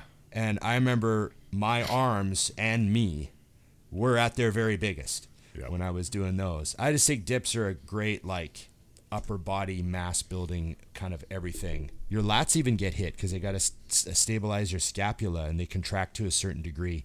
So it's like a very good strength move. Dips should make a comeback. I agree. They're drastically underrated. Especially I still bodyweight. use them every other chest workout. I found actually early in my career when my shoulder first started becoming an issue that doing them helped my shoulder. Really? Yeah. Right. Because stretching out my pecs differently and stuff. And I mean, that movement, awesome. And I still don't know. There's few movements that I think are better. Plus, it's just great. You either get up or you don't. Yeah. It's Yeah, like they're a good it's the move. deadlift of pecs. Yeah. And let's not forget that Branch Warren started an epidemic of photo shoot madness when he put chains around his neck for the dips for that one spread in that magazine. And then he did it at a video shoot. And it was just something Branch did at Metroflex. And then the next thing you knew, we were doing it in northern Canada, putting chains around our neck. That's why we need to get somebody that's popular now to do dips again, because that'll bring it back. It would back work. The dips. It would, because it's Gotta very get visually. Bumstead. Yeah. Get Bumstead doing dips on his Instagram, and all of a sudden over. Oh, there'd be a lot of chains. I'd invest in chains at that point. have to get a bunch of dip bars installed at my gym. Guys got dips and mustaches. Here we go. Yeah. Oh, wait, most guys that dip have mustaches. Wait, wrong dip. Anyways, last question, and this is specifically for Scott. The people want to know. Okay. Is Scott rinsing his rice? Oh, somebody. And if so, has he noticed a difference? Yeah, somebody asked that on YouTube as well. So, do you guys, was that here that we talked about that with Kuba? Okay. Yes. So, we talked about rinsing rice with Kuba, and there is a whole thing. There's, like, in Asia, like with sushi making, they want this, like, perfectly cleaned rice. And I'll tell you what, so with my rice pot, because, so I don't think I told you, Dusty, I have a rice maker. I know. Dr. Marv gave it to me. He literally was like, hey, what's your address? And I don't want people to send me stuff, you know what I mean?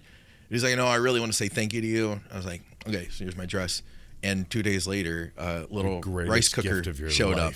I use it nonstop, by the way, Marv, if you're watching right now. Thank you again very much. But so I started rinsing my rice. And I rinsed it a number of times. And I could see like it's real cloudy at first, right? Yeah. And then the next time it's less cloudy. My water bill probably went up. I'm using so much water to rinse rice. Dusty, I have seen absolutely zero benefit or difference. I may still rinse it once just because. Here's what I think. Now, I get it. It's dirty. I get it. Oh, that's okay. The heat will burn any, I think that there is something there, like rice rubbing against each other. There's going to be some, like, basically, what do they call that? Friction. Yeah. But the remaining rice, like, anyway, I think washing that off for some people may be beneficial. For me, I honestly saw no change in digestion, no change in anything. So I have always rinsed my rice. Me too. I was taught to rinse my rice. Nobody ever taught me. I'm from Detroit. Just fill the pot, swirl it around, stir it real Put your good, hand in there, dump it out, and then you measure your water, and you kind of assume there's already kind of a cup little left in the bottom, so you kind of like you get it right, you get your system worked out. But my mom's argument was, well, there's factory dust. And, there might be little threads from the big bag that it's in, because we used to buy like those woven, like I buy the woven bags. Like I buy the big bags, right? And so she's like, you never know, you might have a little thread in there or a human hair. Yeah. Like it comes from a factory. What right? about an ear? Do you rinse your Give it oats, a rinse, guys? Do you rinse your oatmeal? I don't eat oats. Well, there's a good answer. No, I don't rinse my oats, Scott. Thank you for throwing a wrench in the logic. Thank you for ruining my mother's wonderful lesson that she taught me. Where was she on that one? You're forgetting that this is actually based in racism, because rice comes from overseas and oats come domestically, so she's not afraid of it. It's naturally cleaner. Right. Yeah, she's definitely cleaner. She's definitely fighting them. It's fine. It's from America. Yeah, it's from Canada. America. It's fine. It's like, yeah. fine. I've seen no difference, but it does. Yeah, I would suggest it's like the Diet Coke. I'm less happy. Yeah, I've wasted time. I spent more money on water. But only Diet Coke is the thing you go back to. Ron's still not smoking weed, and you're still rinsing rice. Yeah. No. So yeah, the reality, I may do one rinse, and that's about it. But that's the big one. Yeah, it I is. do like 5. Okay, but I'm also. Everyone knows a little. I was also I'm like waiting. I'm like, really? Yesterday I had one where it was the bottom of the bag. Yeah. Oh yeah. So I mean, I'm rinsing. I'm like, I really do want to actually cook this at some point. Right.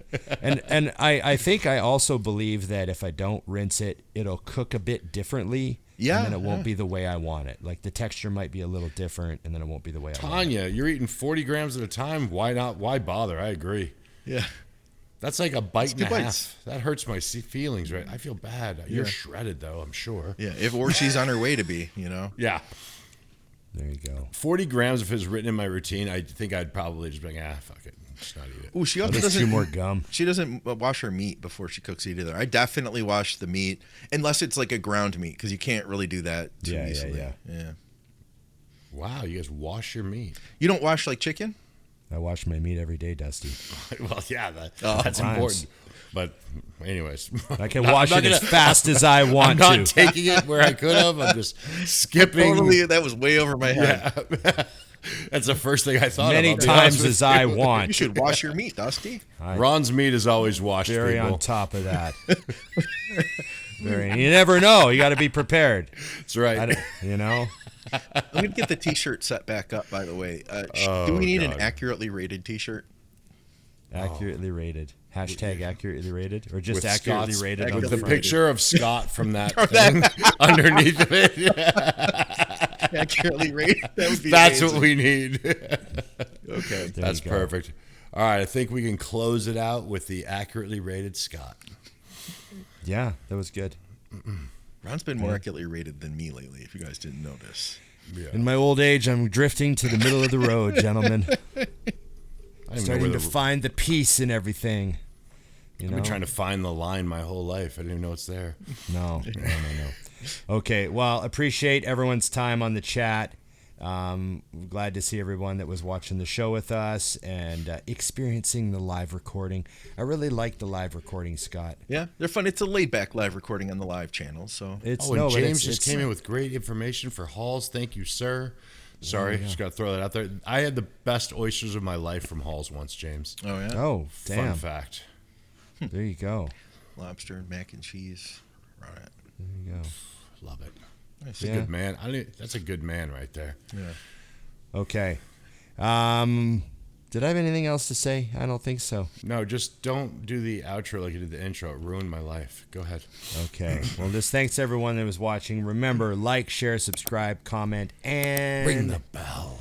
There we go. Remember, IamMutant.com. Go to IamMutant.com. Use Dusty or Big Ron as your codes. Save your money. Get ridiculously fast delivery. Like, you're going to get blown away. People message me all the time like, I just ordered this. And like an hour later, a drone flew in my window and dropped it. Yeah. Yeah. Don't make this awkward. Just accept it. Just accept it. That's how we roll, okay? So IamMutant.com, very fast delivery. Get your IsoSurge, get your all in, and everyone should get on the gear. The Mind FK. We'd all get a lot more done. And the Mind FK, man, it's awesome. Although we don't get it in Canada. Yeah. But Ron does. I found one. I found one, and it's awesome. Over and over again. Okay, thanks everybody, and remember, it's just bodybuilding.